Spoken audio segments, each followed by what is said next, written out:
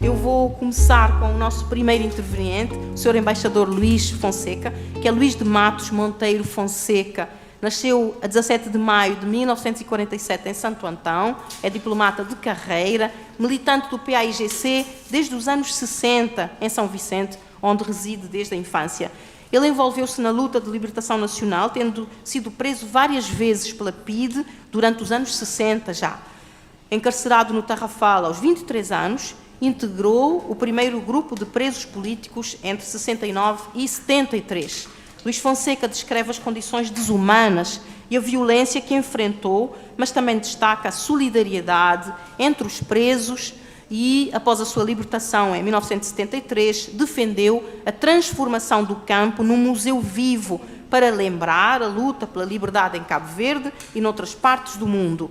Após a independência de Cabo Verde, exerceu várias funções políticas e administrativas e, como embaixador, esteve colocado em várias capitais europeias e também em Nova Iorque como representante permanente de Cabo Verde junto às Nações Unidas. Foi secretário executivo da CPLP entre 2004 e 2008. A sua aspiração e o seu sonho de ver o campo de concentração transformado num museu vivo, não sei se tem concretizado ou não, mas pode ser o mote para a conversa que se vai seguir. Senhor Embaixador, por favor, tem a palavra. Muito obrigado, doutora Antonieta Lopes, pela generosa apresentação que me fez, mas eu queria, antes de mais, cumprimentar a senhora Presidente do IPC e agradecer-lhe o convite que me endereçou para participar neste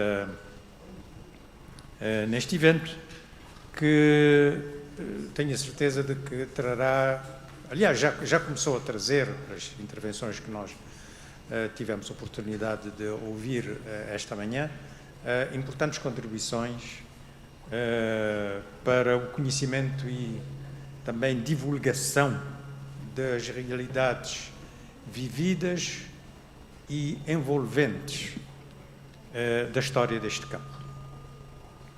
Je voudrais aussi présenter mes compliments à Monsieur le directeur régional de l'UNESCO et de dire mon appréciation pour sa présence parmi nous. Comme excuse mon mauvais français, mais c'est normal. Eu queria também aproveitar para cumprimentar com muita emoção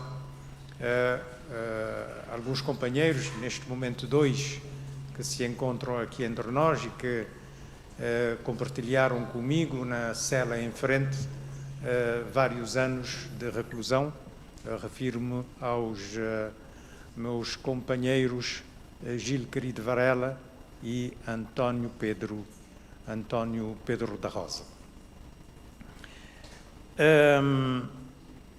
Permitam-me, antes de prosseguir, evocar os nomes dos combatentes cabo-verdianos que por aqui passaram. Penso que é importante lembrar os nomes das pessoas, porque foram pessoas reais que existiram. E como eram cabo-verdianos, eu sei que não constituíam a maioria da população prisional que passou por este campo, mas tratando-se de nós, eu acho que valerá a pena lembrar os seus nomes, sobretudo aqueles que não se encontram já entre nós. Do grupo composto pelos combatentes do PAIGC, presos na Guiné, António Ilídio Silves Ferreira, Inácio Soares de Carvalho e João Lobo de Pina.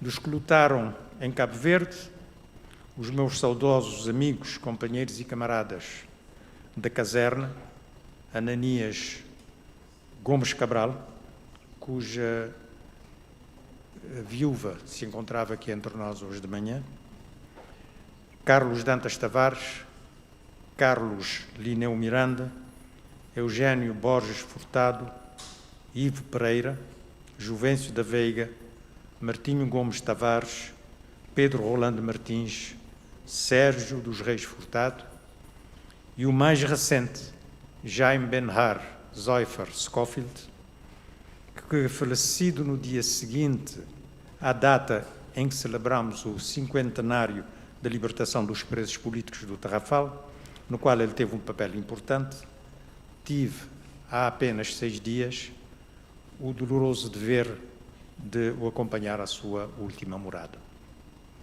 De um modo geral, quero expressar o meu profundo respeito pelos resistentes de todas as nacionalidades que passaram por este campo, lutando pela liberdade, dignidade e justiça e que já não fazem parte do número dos vivos, nomeadamente os 32 portugueses, 2 angolanos e 2 guineenses que aqui exalaram o seu último suspiro.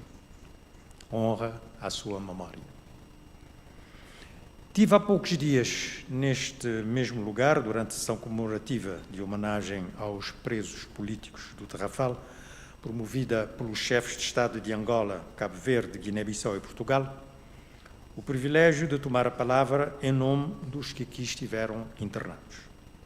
Referi durante a minha intervenção a necessidade de se olhar para o campo, para além do lugar de sofrimento, complementando essa característica essencial com a de resistência que temperou os combatentes e os preparou para novas batalhas. Também destaquei o lado da criação literária e artística que aqui se produziu.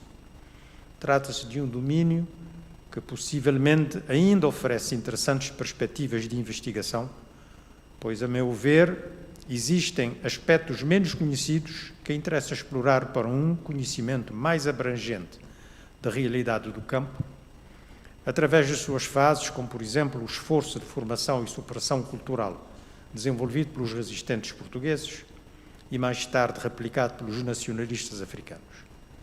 A produção literária de Luandino Vieira e Agostinho Mendes de Carvalho, os poemas de António Cardoso e António Jacinto, as pinturas e os retratos de Pedro Martins, os trabalhos em coco e outras peças de artesanato produzidas pelos presos. Estava hoje de manhã aqui um exímio artífice entre nós, que é o João Divo Macedo, que era também um excelente artesão da nossa caserna. Tudo isso testemunha o trabalho criativo que aqui teve lugar. O desenvolvimento do espírito de resistência, a coesão e a solidariedade entre os presos é outra faceta que julgo ter caracterizado o universo carcerário do Tarrafal. A maior parte dos que daqui saíram enriquecidos com uma mais sólida consciência política e um conhecimento mais vasto e aprofundado da realidade cabo-verdiana e, quiçá, mundial.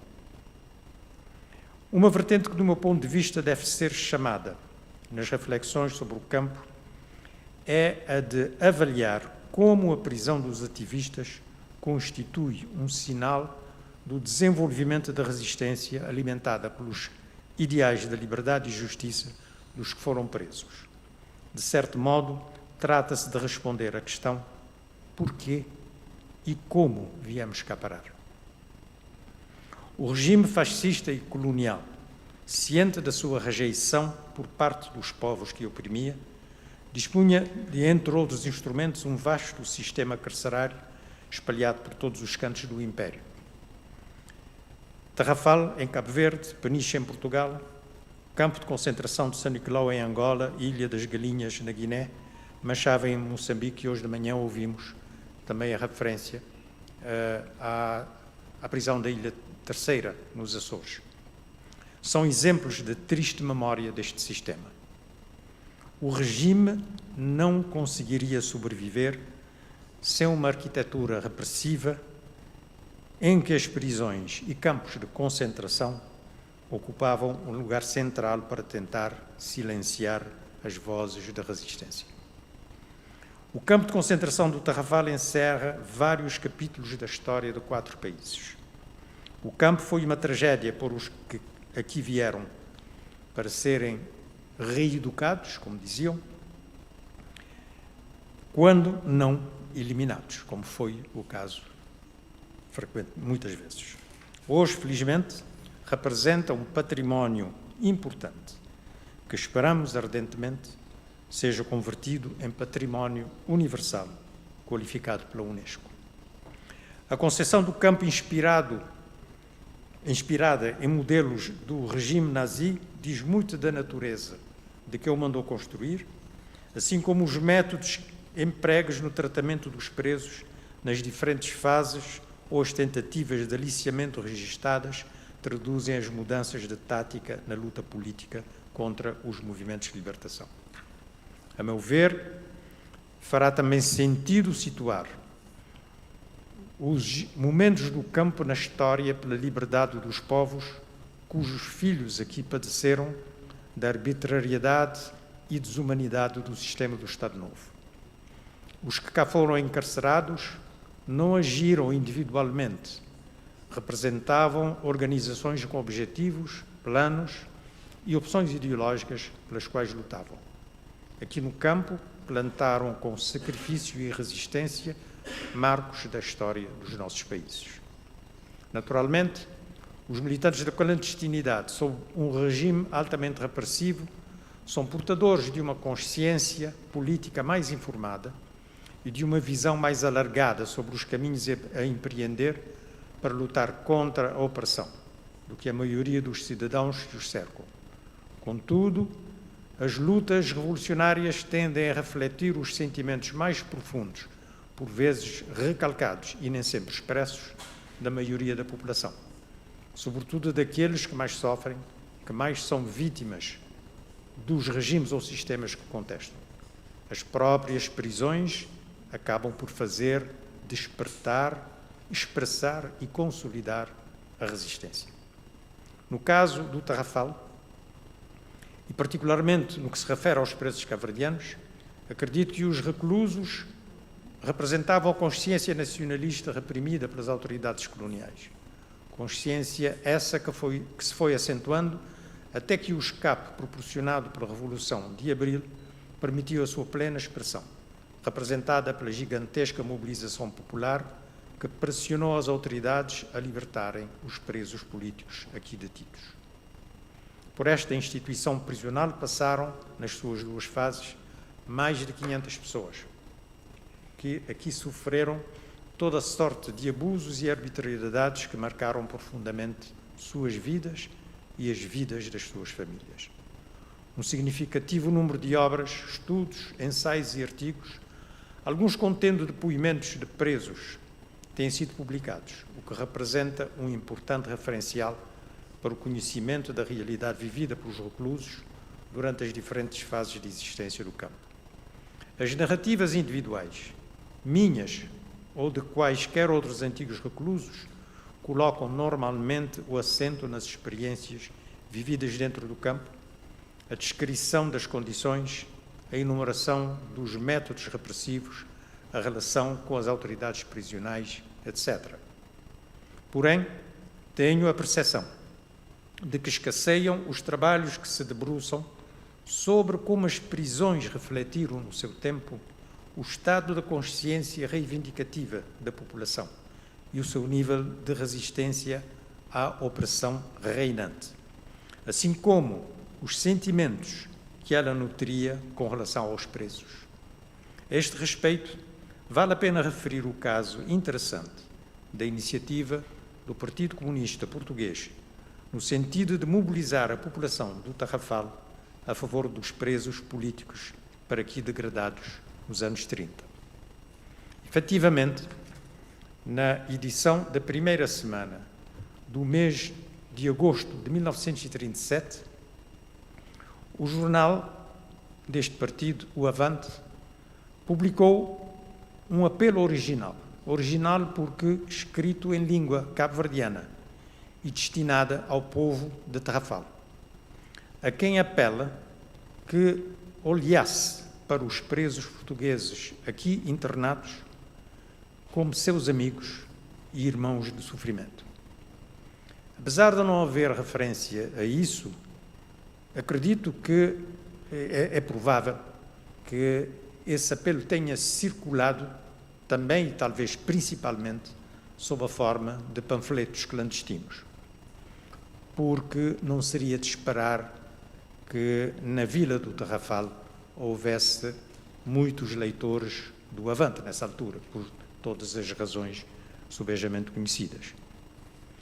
O interessante é que, a parte alguns erros decifráveis que se podem atribuir ao desconhecimento da língua pelos tipógrafos que compunham, nessa altura, como sabem, fazia-se a composição manual, os tipógrafos do jornal, constata-se que o autor dominava perfeitamente o crioulo e conhecia bem a realidade local. Numa caracterização do diretor do campo, afirma, por exemplo, "És homem Emanuel dos Reis, capitão Malagueta, nome que tudo gente está chamando. És homem cá homem, ele é mais pior que tubarão.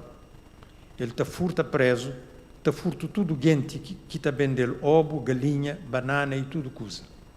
Ele te furta governo, comerciante, alfândega.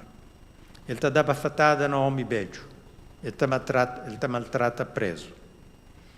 Mais adiante explica o que levou os condenados ao Tarrafal. "Esse está preso, para esse que crê que rico outra coisa que é de pobre. Esse crê que tudo gente tem de comer. Esse luta contra o governo de Salazar, para modo de proteger rico, proteger Banco Nacional Ultramarino e tudo que esse que está explorado." E apela aos sentimentos nacionalistas dos cabo-verdianos, afirmando: "Se Cabo Verde era governado por cabo-verdiano, para nós mesmo, nós que tinha de pagar tanto dinheiro para Salazar compra espingarda para matar trabalhador e para guarda preso. Preso que está na Tarrafal, crê para estar no governo de Cabo Verde, homem de terra de nós. Quem que sabe que é que nós meste? É só nós mesmo. Se Salazar que te deixa nós governar Cabo Verde, é para modo ele está falando que branco vale mais que nós." E termina com o apelo: "Preso de Tarrafal é amigo de nós. Já é hoje a lágrima no nosso rosto de nós, quando nós está hoje com pedra no ombro. Este pede para nós, escreve para todos os trabalhadores de Cabo Verde e para falar que nós é seus amigos, nós é seus irmãos de sofrimento." Faria sentido procurar conhecer que efeitos, se algum, terá tido este, eventualmente, outros apelos lançados pela resistência portuguesa, no sentido de os tarrafalenses se solidarizarem com os prisioneiros políticos. Eu acredito que sim, que terá existido algum efeito, porque o relato que as famílias dos presos por aqui vieram, e eu acredito que isso será confirmado mais tarde pelo João Pinto, revela que havia uma grande solidariedade do povo do Tarrafal em relação aos presos políticos portugueses, inicialmente, e nós mais tarde sentimos também, assim como os angolanos, assim como os guineenses, que essa solidariedade existia. Mas, de todo modo, trata-se de uma percepção. Obviamente que, quando as pessoas se lembram da forma extremamente humana e solidária, como, por exemplo, o Sr. Papacho e sua esposa acolhiam ou tratavam as pessoas que passavam, que eram vítimas da prisão, vítimas da perseguição, temos pelo menos uma ideia de que alguma semente havia germinado desse esforço de levar a população do Tarrafal a solidarizar-se com os presos que aqui dentro se encontravam internados. No meu entender, portanto, essa investigação, ou essas investigações, esse esforço, seriam mais um contributo para valorizar e legitimar a aspiração de haver reconhecido este local, indissoluvelmente ligado ao processo histórico de Cabo Verde, como património mundial da Unesco. existindo interesse e empenho dos estudiosos e investigadores, a devida atenção por parte das entidades competentes, um trabalho diplomático diligente e coordenado com os 3 outros países parceiros, garantindo consenso desejável e responsável entre os atores políticos, será possível valorizar ainda mais este património que é do povo cabo-verdiano, mas para o qual os combatentes da liberdade de Portugal, Angola e Guiné-Bissau contribuíram aqui sofrendo, mas também resistindo. Que o campo de concentração do Tarrafal, campo de trabalho de Chombom, colónia penal, eu lembro-me da lição que nos deu o Dr. Vítor Barros hoje de manhã, qualquer que tenha sido a sua designação, sirva para lembrar às novas gerações que a liberdade, a dignidade e a justiça têm um preço e que houve quem pagou por elas. Que lhes seja proporcionada a possibilidade de compreender os mecanismos de usurpação destes mesmos valores para que, em algum momento, não venham a correr o risco de lhes ser negado o seu usufruto. De manhã foram aqui referidas feitas algumas considerações a respeito da necessidade da preservação da memória, mas, sobretudo, a necessidade de evitarmos que ela seja alterada ou adulterada. Por vezes eu penso que essa adulteração acontece não tanto, embora exista também esse aspecto, não tanto deliberadamente, mas por omissão. E eu gostaria de me referir a 2 aspectos relativamente anedóticos de que eu fui testemunha e que, de certa maneira, confirmam ou são exemplificativos do que eu acabo de dizer. O primeiro é, quando eu fui preso, da última vez que eu fui preso em São Vicente, fui levado para a cadeia civil da Praia, onde passámos 2 anos antes de ser enviados para Tarrafal. Fui metido numa cela disciplinar. Depois de me fecharem a porta, fiz aquilo que todos os presos fazem, que é espreitar pela porta. E o interessante é que o que eu vi lá, vi uma gravação, uma inscrição feita provavelmente com o garfo ou algo parecido na porta de madeira, que dizia o seguinte: Agostinho Neto, preso político cabo-verdiano. Significa que eu estava encerrado na mesma cela em que Agostinho Neto tinha sido encerrado no princípio dos anos 60, quando ele foi preso e enviado de volta para Portugal. Por baixo dessa inscrição havia outra, de uma pessoa também que acredito que toda a gente aqui conhece, dizia o seguinte: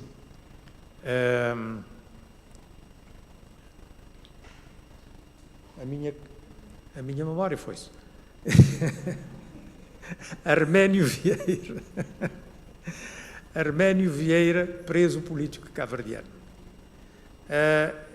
Eu achei extremamente interessante aquilo, porque, bom, com a diferença nessa altura, a diferença era de 2 anos, talvez, porque o Agostinho Neto deve ter passado por lá nos anos 60 ou 61, e o Arménio Vieira terá sido no ano seguinte. E eu, nessa altura, estava em 1967. A primeira ideia que me ocorreu, bom, eu vou escrever aqui em baixo também Luís Fonseca, preso político cabo-verdiano, mas depois eu desisti, porque, entretanto, chegou a polícia para me levar para interrogatório, de modo que eu já não tive possibilidade de colocar lá o meu nome. Bom, tudo isso para dizer o seguinte: essa porta era era um elemento extremamente interessante, por exemplo, para estar aqui neste museu. Mas o que aconteceu é que, uns anos depois da independência, a prisão foi deitada abaixo, no seu lugar foi construído um hotel e ninguém se lembrou que havia lá um documento, considero um documento, que seria extremamente importante e bastante interessante para apresentar. A segunda questão, o segundo episódio que eu gostaria de referir aqui, eu quero aqui esclarecer que eu não estou a fazer nenhuma crítica a ninguém, nem a nenhuma administração. Estou apenas a citar um facto real que aconteceu comigo. Isso foi há precisamente um ano. Vieram do estrangeiro uns amigos visitar-nos e então decidimos, como eu estava na praia, decidi dar um passeio até o Tarrafal para mostrar a esses amigos o Tarrafal, o lugar onde eu tinha estado, e também lembrar aos meus netos do sítio onde o avô tinha estado há algum tempo.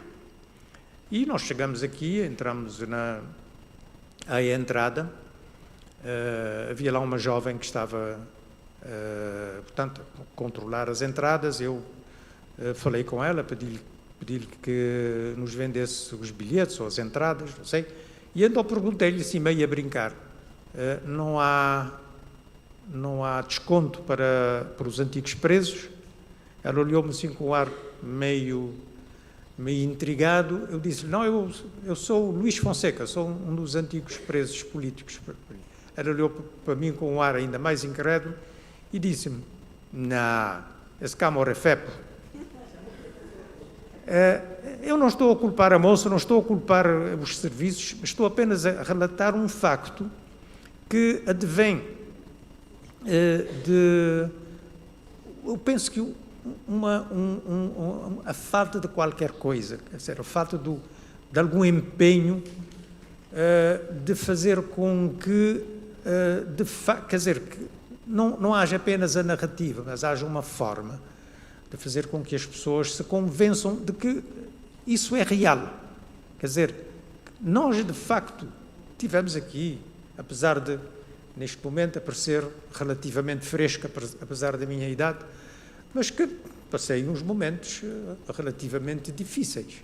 E não fui apenas eu, mas muitos outros, alguns não conseguiram sequer resistir. E isso é importante porque as pessoas precisam conhecer de facto a história.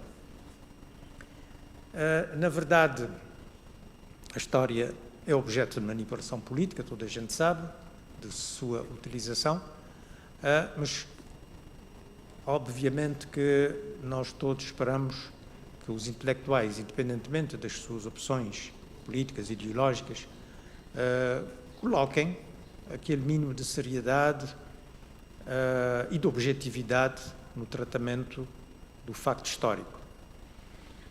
Sobretudo porque, para evitar a tentação que muitas vezes existe, do meu ponto de vista, é que a história tem várias páginas, as páginas têm rodapés, mas por vezes apenas se citam os rodapés e as páginas ficam por ser entendidas. Eu acho que vou parar aqui para deixar também, eventualmente, porque eu abstive-me, como podem ter verificado, abstive-me de repetir aquilo que muitas vezes já foi muitas vezes dito nas entrevistas, nos artigos, nas opiniões, porque eu penso que são factos que são conhecidos, mas estou absolutamente disponível para, infelizmente, meus outros camaradas não conseguiram estar aqui, ou não, por qualquer razão, não puderam vir aqui também trazer a sua contribuição, mas estou disponível para qualquer informação, aquilo que eu me lembre, que possa me interessar a esta distinta audiência. Mais uma vez, portanto, eu quero agradecer a vossa atenção e, se calhar, a vossa generosidade pela minha conversa. Muito obrigado.